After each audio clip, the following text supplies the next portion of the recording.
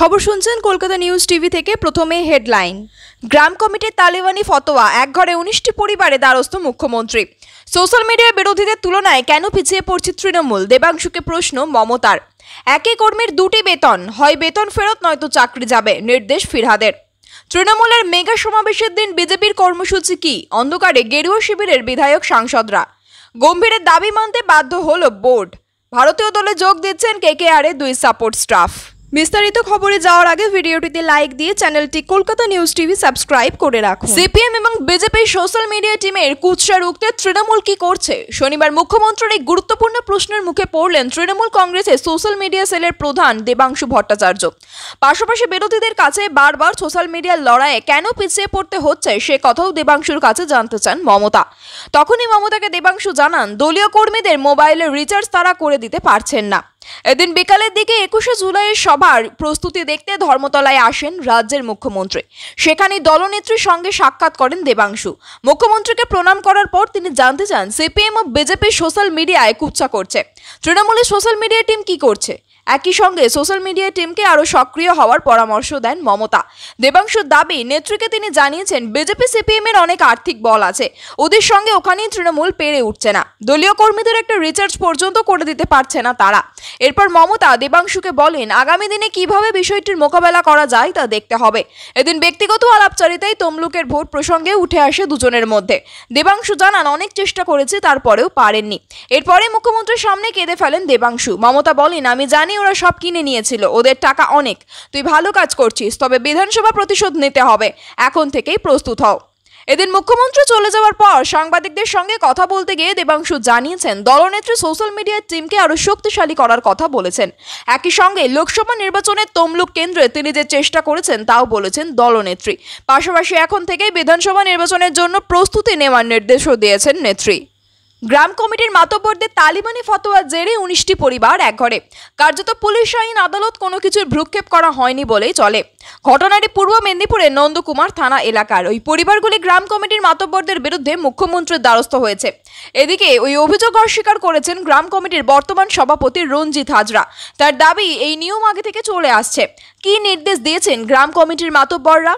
মাতব্বরদের নির্দেশ, জমি জমা সংক্রান্ত কোনো ঝামেলা হলে বা ভেড়িতে মাছ চাষ করতে গেলে গ্রাম কমিটিকে তোলা হিসেবে মোটা টাকা দিতে হবে। গ্রাম কমিটির নির্দেশ না মানলে বিচারের শাস্তি একটাই, তাও মোটা টাকা জরিমানা। আর ধার্য করা টাকা না দিতে পারলে গ্রাম কমিটির বিচারে সেই পরিবারকে একঘরে করে রাখার অলিখিত ফতেয়া জারি হয়।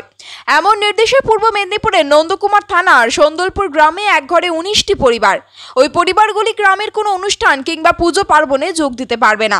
এক গ্রামবাসী গৌড় হরিদাস বলেন, ব্যাংক থেকে 22 লক্ষ টাকার ঋণ নিয়ে মোট 14 বিঘা জমিতে চিংড়ি চাষ করেছিলাম। গ্রামের মাতব্বররা নির্দেশ দিয়েছিল বিঘা পিছু বছরে 3000 টাকা দিতে হবে, অর্থাৎ 14 বিঘা জমির জন্য বছরে 42,000 টাকা দিতে হবে।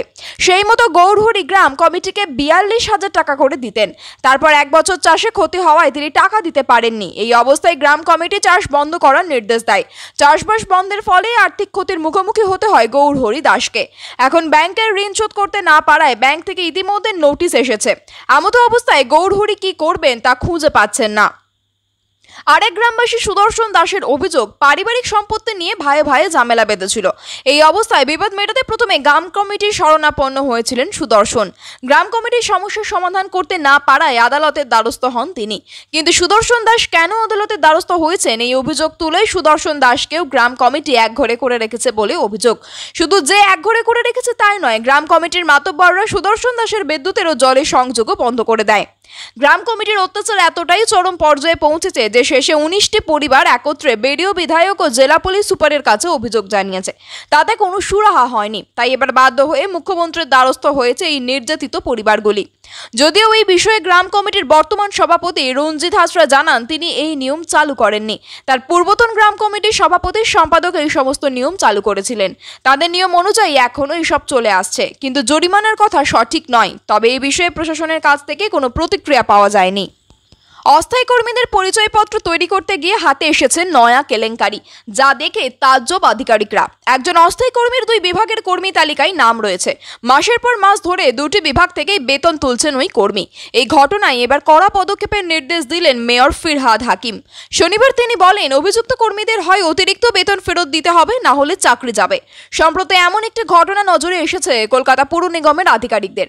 অস্থায়ী একাধিক কর্মীর 2টি পৃথক বিভাগের কর্মী তালিকায় নাম রয়েছে। তারা মাসের পর মাস ধরে ওই 2টি বিভাগ থেকেই বেতন পাচ্ছেন। এই ঘটনা জানতে পেরেই তদন্ত শুরু হয়। অভ্যন্তরীণ তদন্তে 2-1 নয়, প্রায় 60 জনেরও বেশি কর্মীর নাম পেয়েছেন আধিকারিকরা। এই প্রসঙ্গে মেয়র ফিরহাদ হাকিম বলেন, এক কর্মী 2 বিভাগে নাম ও বেতন তোলার ঘটনা নজরে এসেছে। এই সমস্ত অসাধু কর্মীদের চিহ্নিতকরণের কাজ চলছে। এদের বিরুদ্ধে পদক্ষেপ করতে নির্দেশ দিয়েছি। হয় এতদিন ধরে যত টাকা বেতন বাবদ তুলেছেন সেই অর্থ ফেরত দিতে হবে তাদের, আর নয়তো তাদের চাকরি যাবে। আমাদের এই প্রক্রিয়া চলছে। আধিকারিকদের আশঙ্কা এই সংখ্যা আরও বাড়বে। অস্থায়ী কর্মীদের প্রায় 30 থেকে 40% ভুয়ো বলে মনে করছেন তারা। এমন বেনিয়ম প্রথম নজরে আসে অস্থায়ী কর্মীদের স্থায়ী কর্মীদের মতো পরিচয়পত্র ও নম্বর দেওয়া নিয়ে। সমস্ত তথ্য আধার, ভোটার, প্যান কার্ড লিঙ্ক করিয়ে ডেটা তৈরি হচ্ছে। কারণ স্থায়ী কর্মীদের ডেটা থাকলেও কলকাতা পুর নিগমের অস্থায়ী কর্মীদের পুঙ্খানুপুঙ্খ তথ্য ছিল না কলকাতা কর্পোরেশনের হাতে। এদিকে মাস গেলে বিপুল টাকা বেতন বাবদ দিতে হতো পুর নিগমকে। আধিকারিকরা আজ করেছিলেন ভুয়ো নাম থাকতে পারে, সেই আশঙ্কাই সত্যি হয়েছে।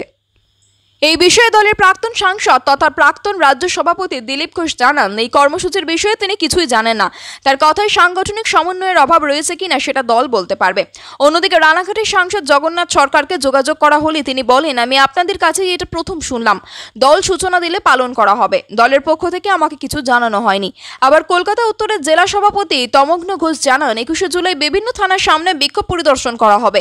একাধিক বিষয় নিয়ে বিজেপির এই আন্দোলন চলবে। পাশাপাশি হরিণঘাটের বিজেপি বিধায়ক অসীম সরকার বলেন, এই কর্মসূচি জেলা সভাপতিদের নির্দেশেই হবে।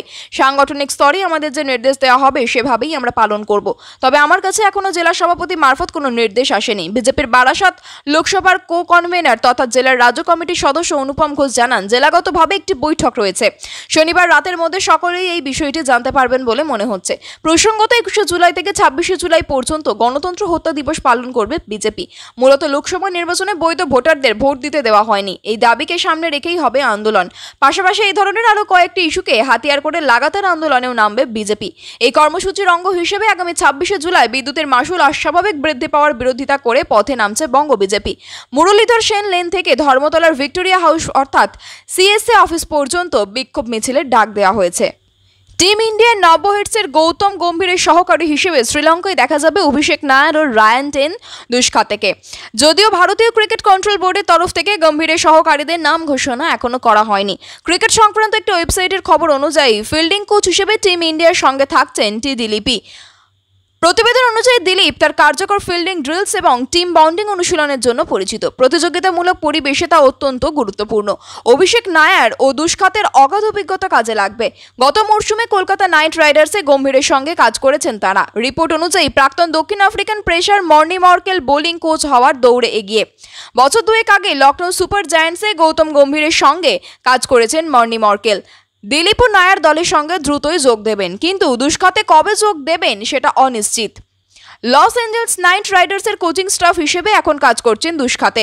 কলম্বোয় সরাসরি তিনি যোগ দেবেন দলের সঙ্গে বলে জানা গিয়েছে। মর্নি মর্কেল কি ভারতীয় দলের বোলিং কোচ হবেন?